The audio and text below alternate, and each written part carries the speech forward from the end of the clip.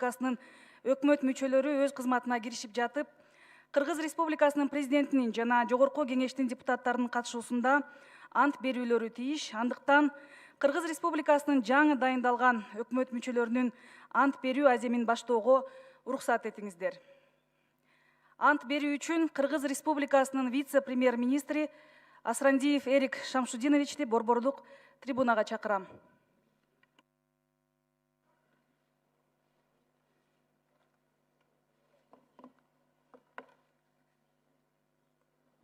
Саламатсыздарбы, урматтуу Сооронбай Шарипович. Саламатсыздарбы, урматтуу депутаттар. Мен Асрандиев Эркин Шамшудинович, Кыргыз Республикасынын вице-премьер-министринин кызматына киришип атып, өз элимдин Кыргыз Республикасынын Жогорку Кеңешинин жана Кыргыз Республикасынын президентинин алдында Кыргыз Республикасынын Конституциясын жана анын мыйзамдарын ыйык сактоого, өз милдеттеримди ак ниет менен берилип аткарууга жана Кыргызстандын элине кызмат кылууга ант беремин. Берген антымды бузган учурда Кыргыз Республикасынын мыйзамдарына ылайык жоопкерчилик тартууга даярмын.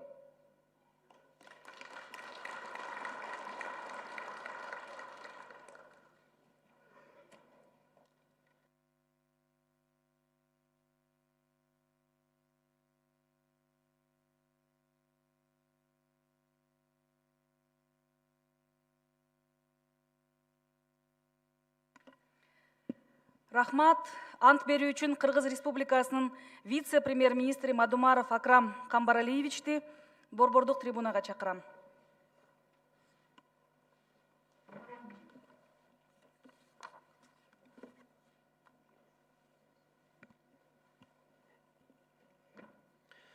Мен Мадумаров Акрам Камбаралиевич, Кыргыз Республикасынын вице-премьер-министринин кызматына киришип жатып, өз элимдин Кыргыз Республикасынын Жогорку Кеңешинин жана Кыргыз Республикасынын президентинин алдында Кыргыз Республикасынын Конституциясын жана анын мыйзамдарын ыйык сактоого, өз милдеттеримди ак ниет жана берилип аткарууга жана Кыргызстандын элине кызмат кылууга ант беремин.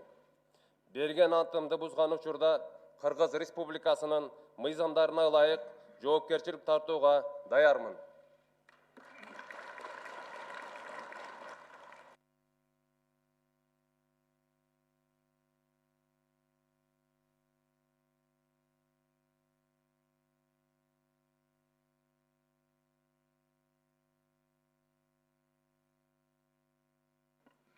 Рахмат. Ант берүү үчүн Кыргыз Республикасынын өзгөчө кырдаалдар министри Аскаров Замирбек Марипаевичти борбордук трибунага чакырам.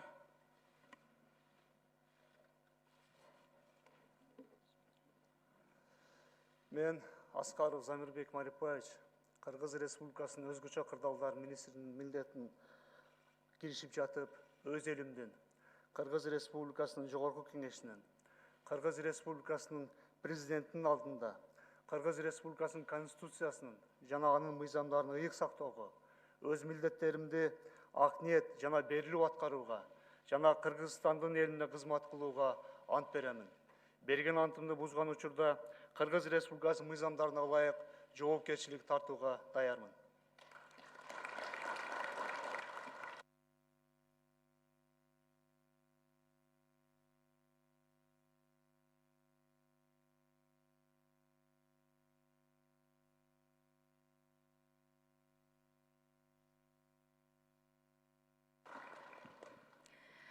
Рахмат, урматтуу депутаттар, ушуну менен жаңы дайындалган Кыргыз Республикасынын өкмөт мүчөлөрүнүн ант берүүсү аяктады. Сөз Кыргыз Республикасынын президенти Сооронбай Шарипович Жээнбековго берилет.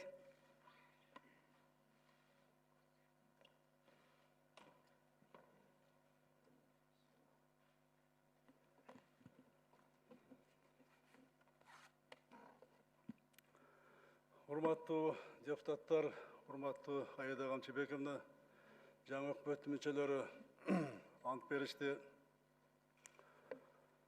Булардын баардыгын тең бүгүнкү ант бериш менен куттуктайм. Ант бул эми өзгөчө мааниси бар анттын. Бул абдан бийик нерсе. Антты жөнле трибунага чыгып, кагазын окуп коюш эмес. Ант берген адам өзүнө биринчи элдин алдында, мыйзамдын алдында, абирдин алдында бул жоопкерчиликти алуу деген нерсе. Анттарды дайым бекем кармагыла, бекем сактагыла, көкөрөңөрдү кармагыла. Өзүн берген анттын бузган адамдардын тагдыры кандай болгонун баардыгына билесиңер.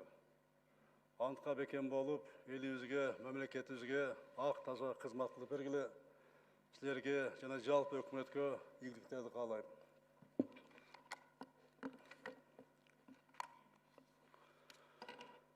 Урматтуу мекендештерим, урматтуу депутаттар, учурдан пайдаланып айрым актуалдуу маселелерге токтоло кетейин. Кадырман журтунун колдоосу менен мыйзам чыгаруу, аткаруу жана сот бийлиги менен бирдикте чогуу иштеп жатканыбызга 2 жылдан ашты. Аймактарды өнүктүрүү, коррупция менен күрөшүү, өлкөнү санариптештирүү, социалдык тармакты колдоо, калкты таза суу менен камсыз кылуу, ирригация системасын оңдоо жана мамлекетибиздин улуттук кызыкчылыктарына жооп берген тышкы саясатты жүргүзүүнү убада кылгам. Президентке талапкер катары элиме берген мына ушул жана башка убадаларымды бузган жокмун, алар ырааты менен аткарылууда. Эл менен болгон жолугушууларда жогоруда аталган багыттар боюнча жетишкендиктерге жана кемчиликтерге кеңири токтолуп айтып жатам. Массалык маалымат каражаттары да аларды чагылдырууда. Жетишерлик маалыматыңар силерде да бар деп ойлойм. Ошентсе да учкай токтоло кетейин. Коомубузда тынчтыкты, улуттар арасындагы ынтымак сактоо үчүн болгон күч аракетибизди жумшап жатабыз. Бул аяр чөйрөгө абдан кылдаттык менен мамиле кылып, мамлекеттик саясаттын эң артык соту багыт катары кармап келебиз. Көзгө көрүнбөгөн, бирок көп убакытты жана ресурс талап кылган бул иш көп улуттуу мамлекетибиздин келечеги үчүн зарыл экенин билесиздер. Кудайга шүгүр, мекендештердин колдоосу менен ынтымак жана тынчтыктын негизинде ири реформаларды жүргүзүп жатабыз. Элет жеринде ишкерликти өнүктүрүп, жумуш орундарын түзүү үчүн салыктык жагын абдан чоң жеңилдиктерди бердик. Каржы агымдарын аймактарга бурдук. Өзүңөр күбө болуп жаткандай, мамлекеттик каржы институттардын каражаттары элеттеги ишкерлердин демилгесин колдоого багыттадык. Акыркы 2 жылда жергиликтүү бюджеттерди чындоо үчүн кошумча каражаттар бөлүндү. Бул саясатыбыз туура экендигин баарыбыз ынанып жатабыз. Бүгүн аймактарда, мамлекеттик да, жергиликтүү да демилгелер күчөп, алгачкы жыйынтыктар көрүнө баштады. Эл дайыма акыйкаттыкты талап кылат. Акыйкат сот системасына жетишүү максатында сот реформасы жүрүп жатат. Тергөөнүн жана сот процессин ачык айкындыгына багытталган кылмыштардын жана жоруктардын бирдиктүү реестри иштей баштады. Санариптик инфраструктура, аудио-видео байкоо жана протоколдоштуруу киргизилип жатат. Эски репрессивдик мыйзамдардан кетип жатабыз. Максатыбыз олуттуу эмес мыйзам бузууларды, жасаган жарандарды, өзгөчө жаш өспүрүм балдарды, криминалдык шөйрөнүн түз таасирин сактап калуу, кириптер кылбоо. Ошону менен катар судьялык кызмат орундарга талапкерлерди тандоо сапатын жогорулатуу талабы коюлууда. Мыйзам бузган бир нече судьялар кызмат орундарынан мына бошотулду.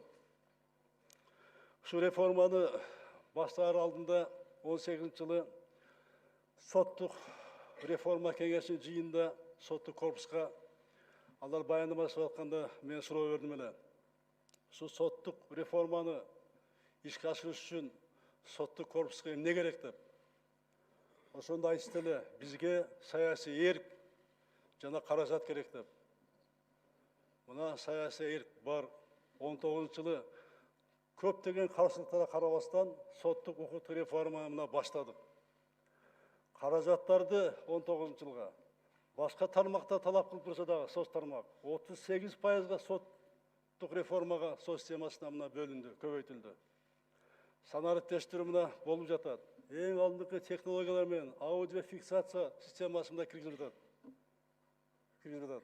Биз мына аткарып жатабыз. Бирок 2 жылдык Мына біздің байқаулар көргөздү, бир эле бул жетиш эмес экендигин. Биринчи, бир сот орну боюнча сот системасынын тазалоо мүмкүн эмес экенин көрсөттү. Мына мен соттордун жыйында да айтып атам.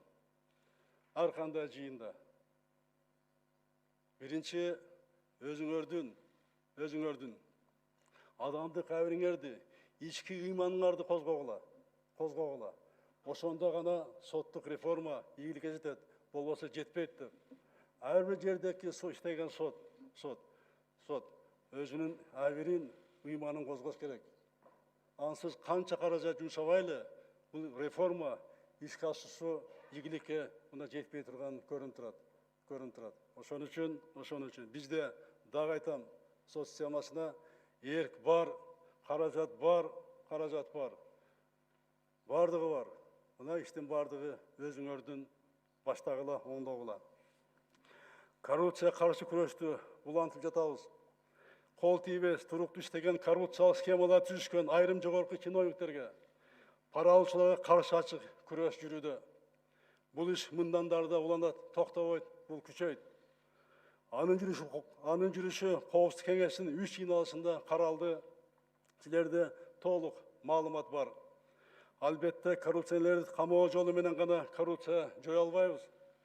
Коррупцияны алдын алуу максатында өлкөнү туташ санариптештирүү, экономикалык кылмыштарды декриминалдаштыруу жолдорун колго алып жатабыз. Санариптештирүү саясатын жыйынтыгы катары учурунда жарандарыбызга 191 мамлекеттик кызмат көрсөтүү жана сервис электрондук форматка жеткиликтүү болду. Негизги максат мамлекеттик кызмат көрсөтүүдө жарандарыбызга ыңгайлуулук жаратуу жана адам фактарын жокко чыгаруу. Халктын аяр катмарына мамлекеттик кызмат көрсөтүүдө бардык багыттар боюнча санариптештирүү иши уланууда. Натыйжада жөлөк пулдарды төлөөдө ачыкча бюрократия жокко чыгарылып, социалдык жардамды төлөөгө дарексиз жолдонуп жаткан бюджеттик каражаттар үнөмдөлүүдө. Санарип саламат сактоо тармагына да кирүүдө. Мына жакында буйруса азыр даярдап атышат, саламат сактоо системасын Коопсуздук кеңешинин жыйында дагы карайбыз бул тармак боюнча. Укук коргоо органдары бардык региондордо бирдиктүү терезе борбору аркылуу элге кызмат көрсөтүүдө. Бирдиктүү терезе принцибин калкка кызмат көрсөткөн бардык мамлекеттик органдардын ишине киргизилет. Бул санариптештирүүнү мен эле тапкан жокмун. Бул бүт дүйнөсү санариптештирүү жолу менен эң алдыңкы технология киргизип, мына алдыга кетип атышат. Тилекке каршы биз кеч баштадык, биз артта калдык. Бирок биз абдан амбициялуу максат койгонбуз, ошон үстүндө иштеп атабыз. Биз Борбордук Азияда эң алдыңкы мамлекет болобуз деген. Муну эми баарын туура түшүнүп турасыңар. Бул коррупциянын жоюу бир гана жолу, азайтуу жолу, бул санариптештирүү. Ошон үчүн санариптештирүү менин өзгөчө президенттин көзөмөлүндө менин приоритеттүү тармак катары мына күнүгө бул боюнча иштеп жатам. Мына 2016-жылы мына сиздер колдоп бергенсиздер, мен жаңы премьер болгондо мамлекеттик технология жана байланыш комитетин түзгөнбүз.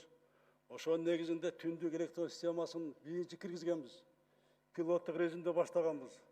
Бирок тилекке каршы бир кыска мөөнөттө бул согундап кетти. Бирок азыр биз колго алдык буну колго алып, каражаттарды бөлүп, тиешелүү адистер менен камсыз кылып, буну азыр тездетип атабыз.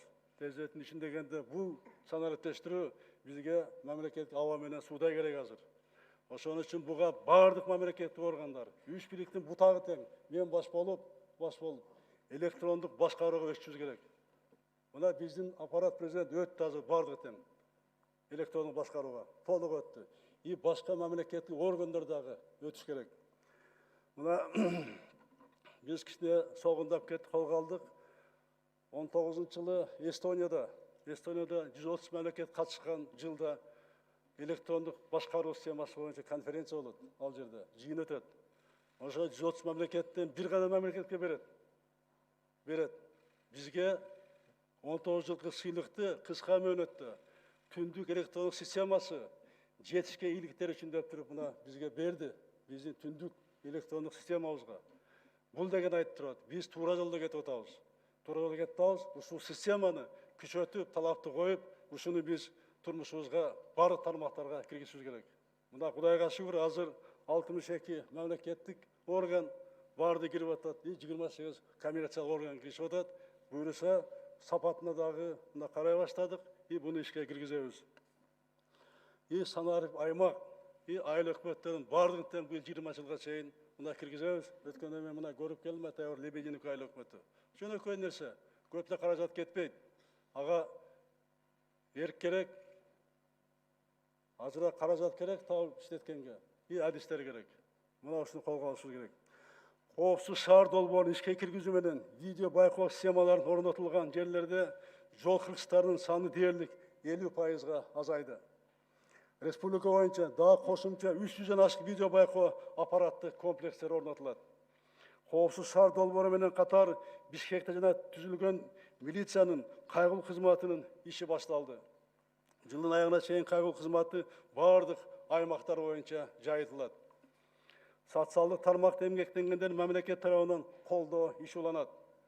Үй бүлөлүк врачтардын айлыгы орто эсеп менен 30%-га чейин жогорулады. Мугалимдердин эмгек акысы 30%-га көбөйдү. Учурда ден соолугу мүмкүнчүлүгү чектелген балдарды колдоо үчүн социалдык жөлөк пулунун өлчөмү 3000 сомдон 4000 сомго чейин көтөрүлдү. Бул балдарды баккан ата-энелерге 2019 жылдан тартып айлык төлөнө баштады. Гемодиализди бекер алуу үчүн акыркы 2 жылда 1 миллиард 600 миллион сом бөлүндү. Кенже тейлөөчү кызматкерлердин айлыгы орто эсеп менен 2 эсеге билесиздер жогорулады. Улуттук статусу бар маданият мекеме кызматкерлеринин маянасы 80%-га көбөйтүлдү. Катардагы милиция кызматкерлеринин эмгек акысы кеминде 40%-га жогорулады. Контракт негизинде кызмат кылган аскер кызматкерлеринин айлык маяналары 30%-га жогорулады. Армиябыз, жаңы турак үйлөр, социалдык объекттер, заставалар жана техника менен камсыз болуп жатат. Мына мени айткан нерсеге 14 миллиард сомдон ашык мына каражат кетип атат. 14 миллиард, мында болгон эмес, кетип атат. Кыска мөөнөттө. Буюрса, санариптешин киргизсек, азыр өкмөт катуу премьер-министр өз башында туруп фискалдаштыруу маселесинде отуруп атат азыр. Ушуну киргизип алсак, көмүскө экономиканы алып чыгып алсак, ачыкка бюджет будан да көбөйөт буюрса. Билебиз, азыр башка тармактарда айлыгы аз, маданиятында, башка тармактарга. Аларга дагы келебиз, алардын да айлыктары көтөрүлөт буюрса. Азыр санариптештирүү, фискалдаштырууну өкмөт колго алыш керек. Буюрса, арзан турак жай программасынын алкагында 4,5 миллион ашык үй бүлө турак жай менен камсыз болду. Аларга 5 миллиард сомдук ипотекалык кредит берилди. Сизде билгендей, мамлекеттик ипотека 16 жылы 14% менен баштаганбыз. Кийин 18%га түштү. Мына быйылкы жылдан 6%га түшүрүлдү. Мурун бюджеттик мекемелерге кана берилген болсо, айрыкча мугалим врачтарга. Азыр бүт Кыргызстандын жарандарына мына бериле турган мүмкүнчүлүк түзүлдү. Буну мамлекет ипотекалык компания жана Керемет банкы түзүлгөн билесиздер. Ушу эки жактан мына бере баштадык. Кубандырганы менчик жеке банктардагы ипотеканы мына бере башташты. Калкыбызды таза суу менен камсыз кылууга өзгөчө маани кылып артыкчылыктуу багыт катары аныктаганбыз. Акыркы жылдары 107 айыл таза суу менен камсыз болду. 2024 жылга чейин 715 айылда курулуш иштерин бүтүрүп, таза суу инфраструктурасын жаңыртабыз. Жалпылап айтканда, жакынкы 5 жылда Кыргызстандын бардык аймактары таза суу менен камсыз болот. Бүгүн эл аралык финансылык институттардын каржылоосу аркылуу 588 айылга тизме түзүлүп, бардыгы бол 33 миллиард сомдук финансылык булактар аныкталды. Инвесторлор менен каржы тартуу багытында сүйлөшүүлөр уланат, жүргүзүп жатабыз. Негизинен гранттык элементтер менен узак мөөнөттөгү кредиттер алып жатабыз. Бюджеттен дагы мына каражат каралып, мына 5 миллионго чейин таза сууга көбөйдү. Эми мына көп айтышы мүмкүн, кайерге болсо таза суу деп айтат, таза суу деп айтат деп. Таза суу бул халкыбыздын, балдарыбыздын ден соолугу, биз улутубуздун саламаттыгы бул. Каяктагы экономика, каяктагы туризм, каяктагы өндүрүш өнөр жай, эгерде айылдарда таза суу болбосо. Таза суу жерге ким келет, кайсы турист келет, кайсы өндүрүш салынат, каяктагы экономика болот. Турист келмек турсун, таза суу жок жерден миграция күчөп атат. Суга суу жок, таза суу жок жерден. Биз ушуну токтотушубуз керек. Таза суу келсек, миграция да токтой баштайт. Өндүрүш дагы иштей баштайт. Ишкерлер бара баштайт. Туристтер да келе баштайт. Аларга шарт түзүлө баштайт. Мына ошон үчүн мамлекетибиздин, элибиздин бул келечеги, балдардын келечеги болгон үчүн буга өзгөчө мына көңүл буруп атам, менин көзөмөлүмдө болуп атат. Ирригация программасын ишке ашырууга өзгөчө маани берип жатабыз. Бул бекеринен эмес.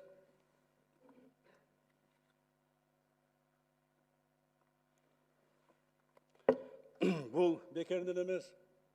Анткени бул маселе өлкөнүн азык-түлүк коопсуздугуна түздөн-түз таасир тийгизет. Ирригация деген бул жумуш орундар жана суугат жерлер. Бул миграцияны токтотуу, аймактарды өнүктүрүү, жаңы конуштардын пайда болушу. Бул амбициялуу максатыбыз.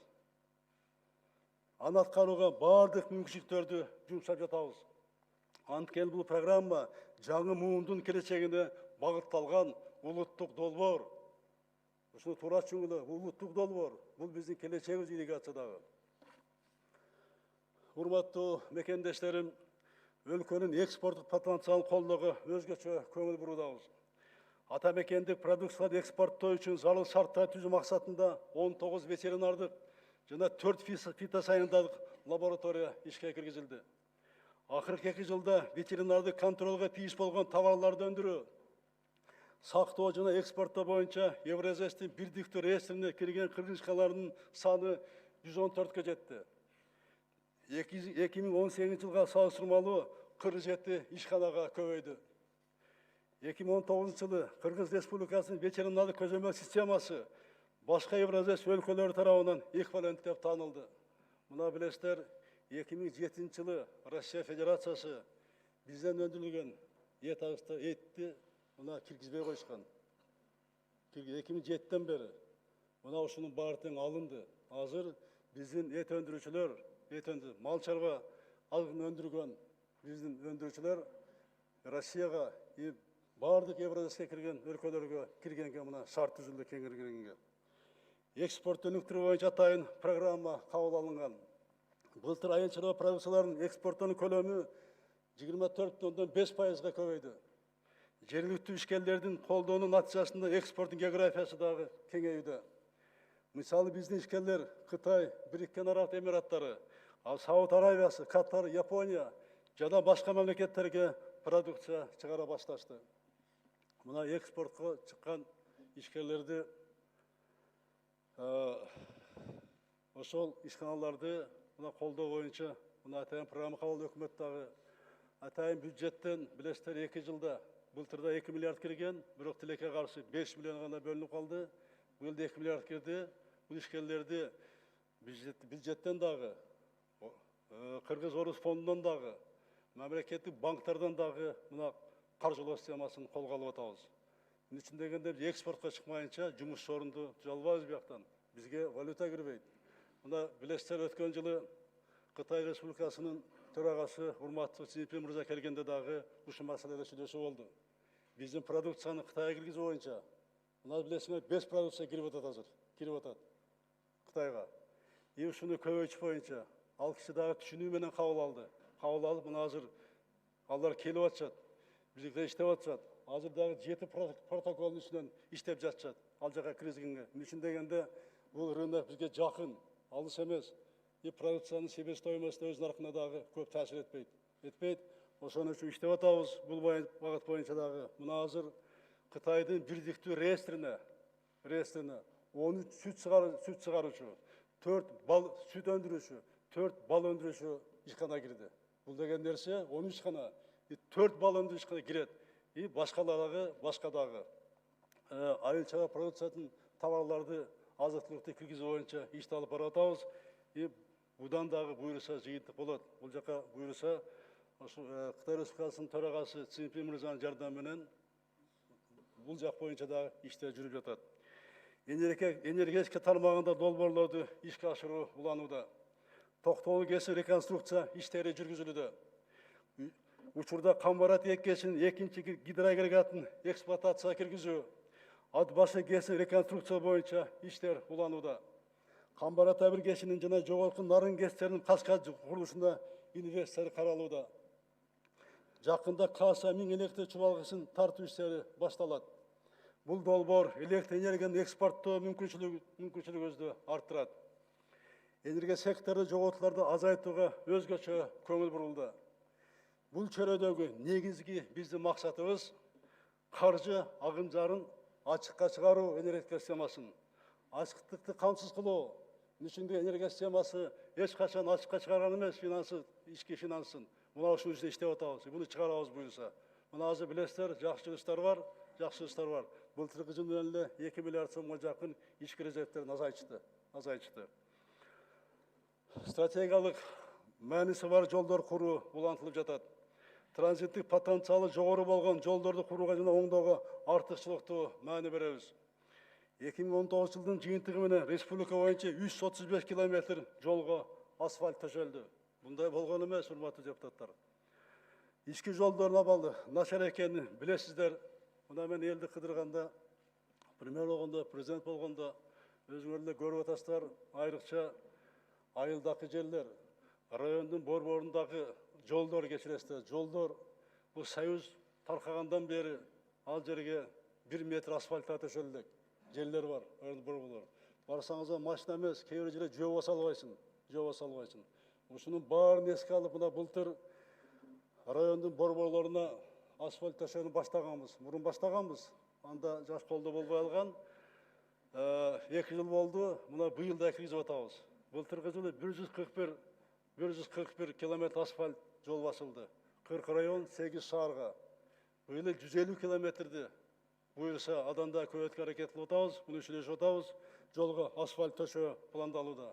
Бул абдан керек. Үчүн дегенде райондук борбордагы жолдорду көрсөңүздөр. Ал жерде түндөсүп алсаң, кыргызча айтканда бутуң сына тургандай болуп калган. Ошон үчүн буну 5 жылда оңдосок болот. 3 километрин жылына каражат бөлүп, мына 8 миллион сомго жак каражат кетип атат. Бөлүп турсак, сиздер менен бирге бул маселе 5 жылда чечилет. Кийин районду айыл өкмөттүн борбор өткөнгө, айылдарга керектүү жерлерди асфальт төшөгөнгө мүмкүнчүлүк түзүлөт. Урматтуу депутаттар, жогоруда аталган өлкө ичиндеги иштер менен катар тышкы саясат көңүл борборунда болду. Улуттук кызыкчылыктарыбызга жооп берген тышкы саясатыбызда олуттуу натыйжаларга жетиштик. Бир катар мамлекеттер менен саясий диалогду жакшырта алдык. Биздин өнөктөштөр Россия, Казакстан, Өзбекстан, Тажикстан, Түркменстан, Кытай, Индия, Түркия жана башка мамлекеттер башчыларынын деңгээлинде жемиштүү визит алмашуулар болду. Бул жылда Европа биримдиги менен кеңейтилген кызматташуу боюнча келишимге кол коебуз буюрса. АКШ менен өнөктөштүк келишим боюнча иш жигердүү жүрүп жатат.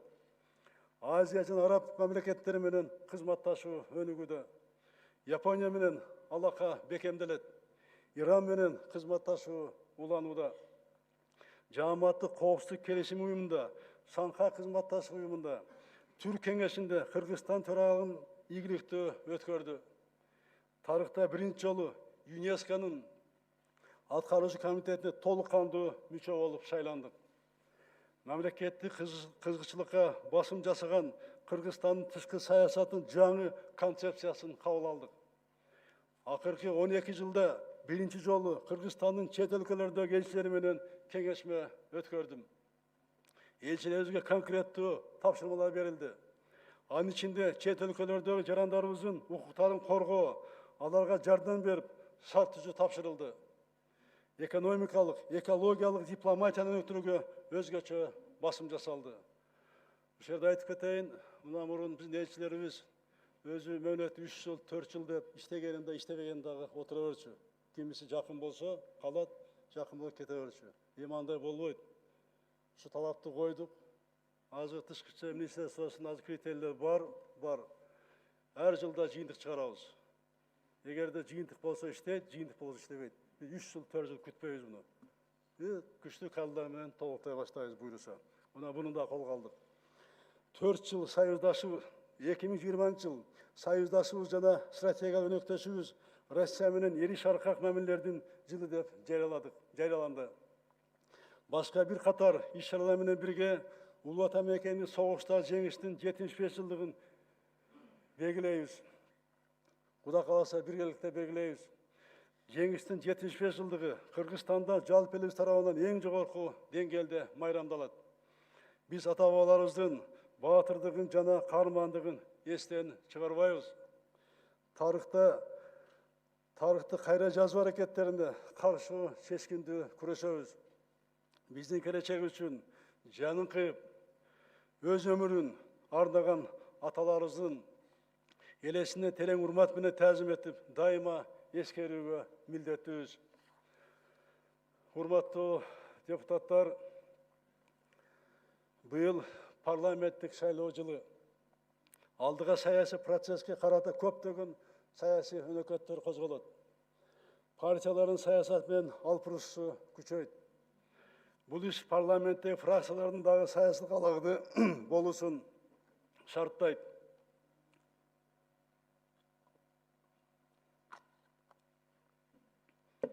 Мындай учурда элди алаксыткан популисттик кадамдар да көбөйөт. Мыйзам чыгаруу иши да солгундайт. Ошондуктан сиздерге кайгыларым азыр парламенттин кароосунда өлкөнүн экономикасын, мамлекеттин элдин турмушуна зарыл болгон кечиктирилгис мыйзам долбоорлору бар. Бул мыйзамдарды кечиктирбей кабыл алуу керектигин эсиңерге салам. Анткени кийинки парламент келип, ишин баштаганча өлкөдөгү реформаларга зарыл мыйзамдар күчүнө кириши керек. Мен мыйзам базасында болгон анализ менен таанышып чыктым. Албетте, быйыл биринчи кезекте балдарды колдоо саясаты көңүл борборунда болот. Балдарга жөлөк пулду чектөөнүн жаңы тартибин аныктаган, айрылуу үй-бүлөлөрдү колдогон, коррупциялык тобокелдиктерди азайткан, санарып технологиялары терең колдонулган, нормаларды камтыган мыйзам долбоор жакында жогорку кеңешке киргизилет. Балдарга карата зордук зомбулукту болтуруу, мындай иштердин алдын алуу, кароосуз калган балдардын ар бирине камкорду көрүү боюнча жергиликтүү жана мамлекеттик органдардын милдеттерин күчөткөн мыйзамдарды кабыл алуу керек. Бул абдан керек бул. Бул мыйзамдарды быйыл балдарды колдоо жылында ишке киргизүү абдан маанилүү. Элди тынч жашоосун камсыздоо, коомдун коопсуздугун чыңдоо, тартипти күчөтүү, кылмыштуулукту ооздуктоо максаты менен укук коргоо, прокуратура органдары тууралуу мыйзамдарга өзгөртүүлөр парламентке киргизилет. Соттук укуктук реформанын алкагында күчүнө кирген кодекстер менен мыйзамдарга карата жаңы өзгөртүүлөр парламенттин кароосунда турат. Антикоррупциялык чараларды күчөтүү максатында жакында сиздердин карооңуздарга мамлекеттик жана муниципалдык кызматчылардын декларациялары жөнүндө мыйзам долбоору да киргизилет. Инвесторлордун жана ишкерлердин укуктарын коргоо максатында түзүлгөн бизнес омбудсмен институту толук кандуу иштеш үчүн тийиштүү мыйзамга муктаж.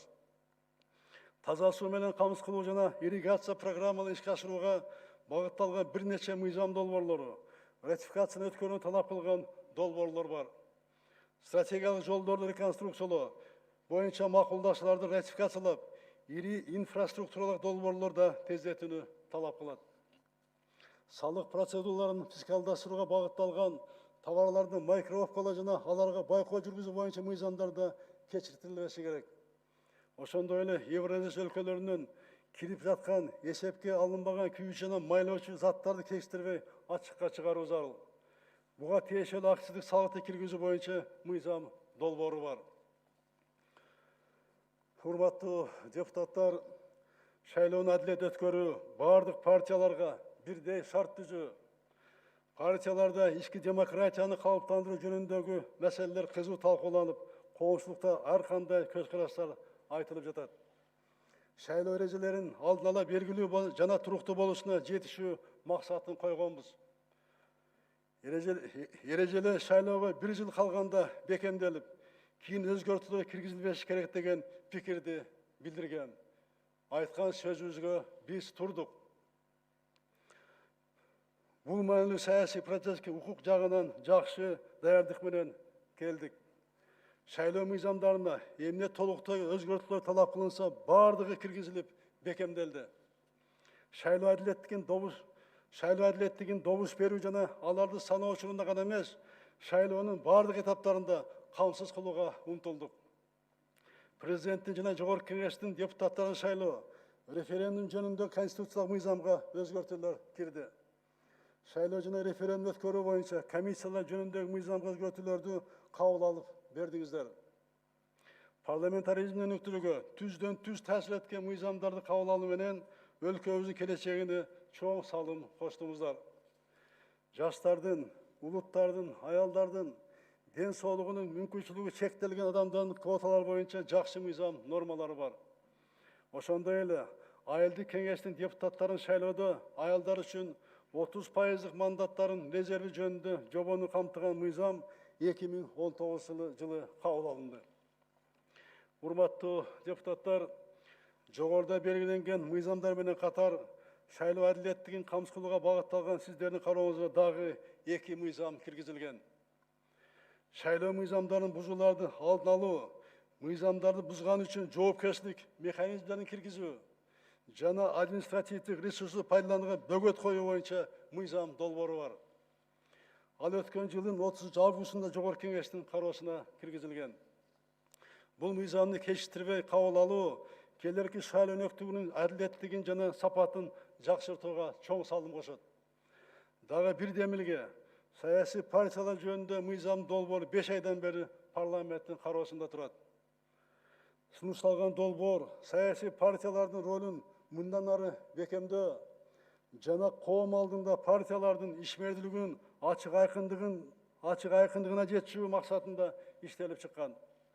Бул мыйзам Кыргызстанда парламент демократияны өнүктүрүүгө олуттуу түрткү берет. Эки мыйзам тең абдан маанилүү. Урматтуу мекендештерим, буга чейин ар кандай аянтчыларда айтып келгем, дагы бир жолу баса белгилейм. Өлкөнүбүз үчүн жаранды коом ачык, массалуу маалымат каражаттары эркин, парламент күчтүү болушу абзел. Бул демократиялык коомдогу негизги баалуулуктар. Аны менен катар партиялык системаны өнүктүрүү чоң мааниге ээ. Партиялык система партияларды ирилештирет, регионализмди жоготот, программаларды, идеяларды бириктирет. Партиялардын социалдык базасы кеңейтет, ар кайсы кесиптеги коомдун ар кандай катмарындагы адамдардын биригүүсүн шарттайт. Парламенттик сапаттуу курамына партиялар жоопкер. Ал партиялардын түзгөн тизмесине көз каранды. Бул маселени бир гана лидер чечпей, партиялык демократия болушу абзел.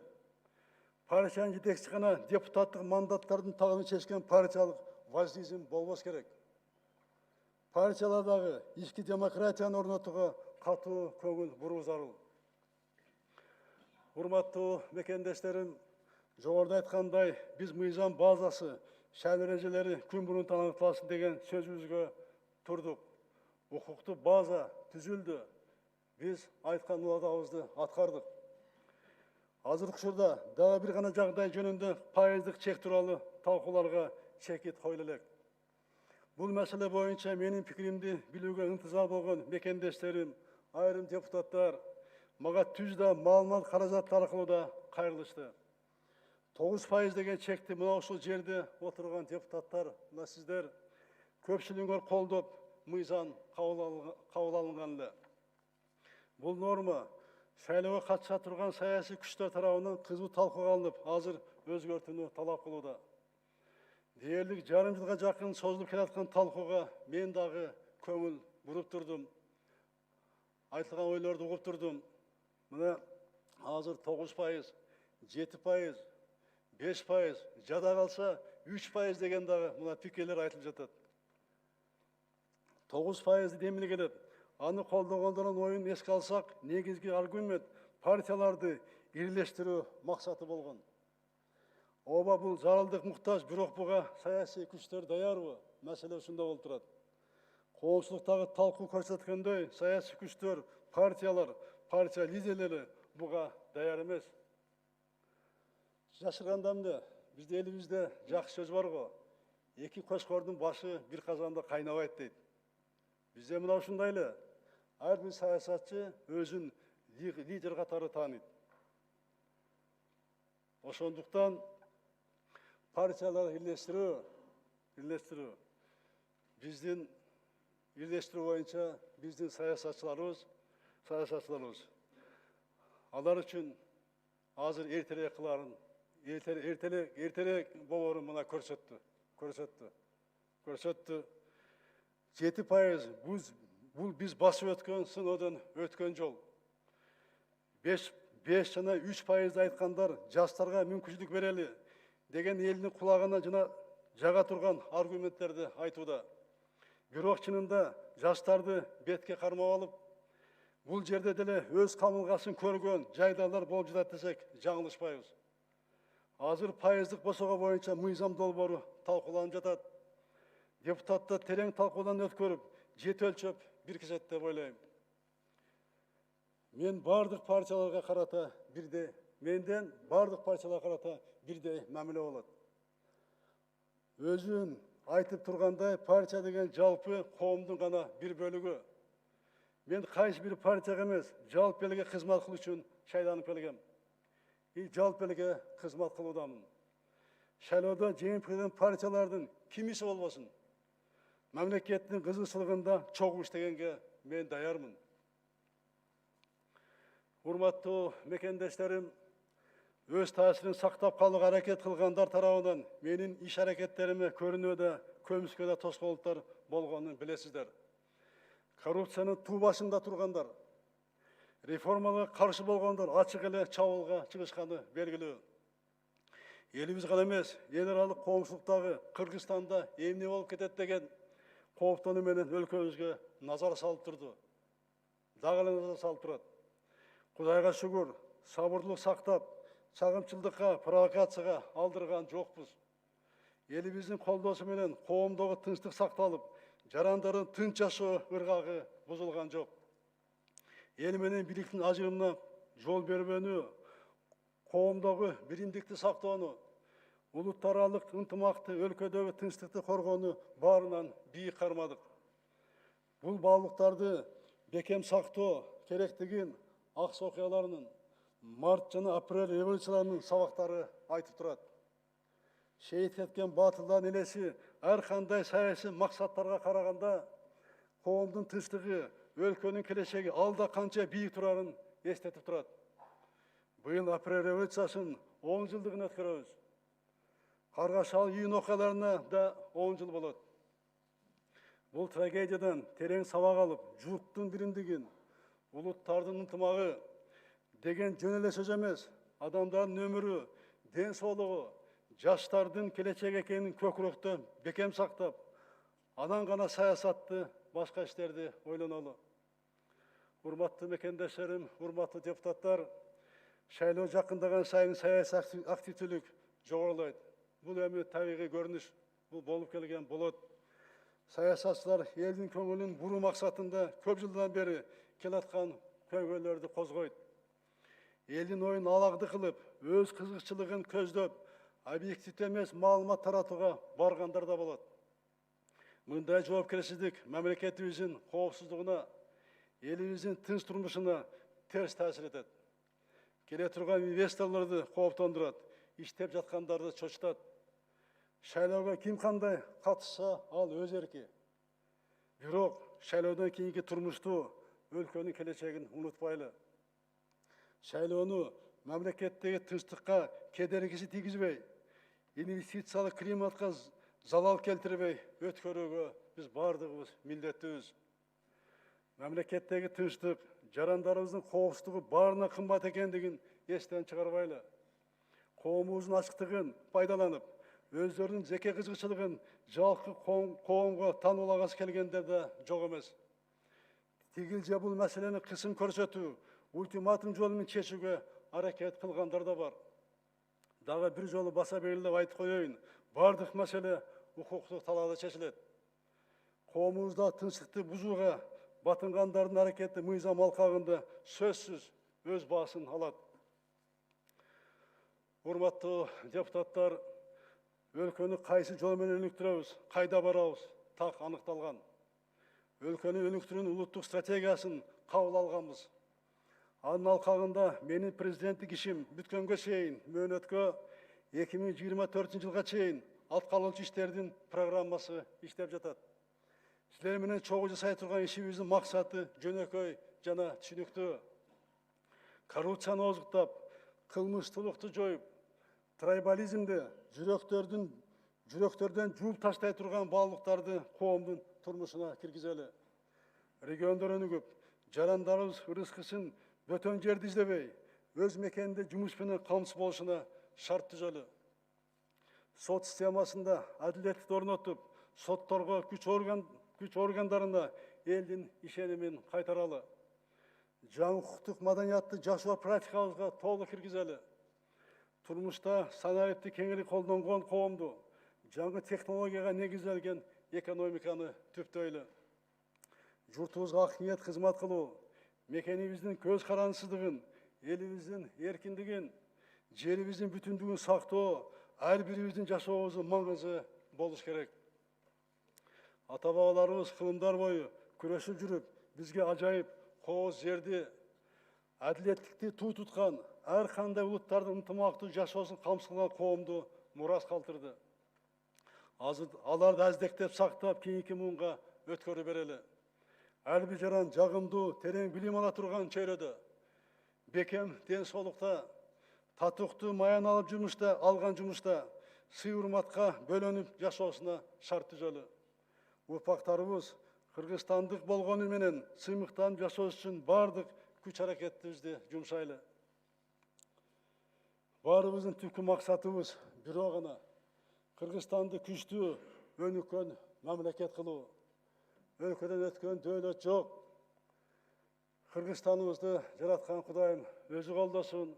Элибизде ар дайым аманчылык, жерибизде дайыма тынчтык болсун. Рахмат сиздерге, көңүл бурганыңыздарга. Рахмат.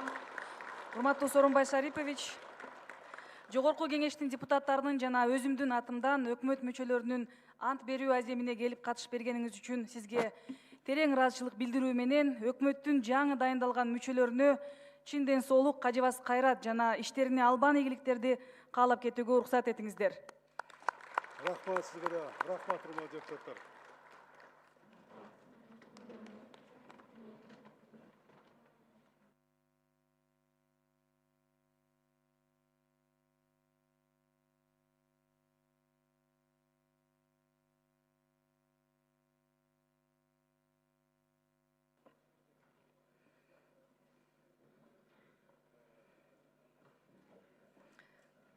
Урматтуу депутаттар, ишибизди улантабыз. Ар кандай маселелер уланат.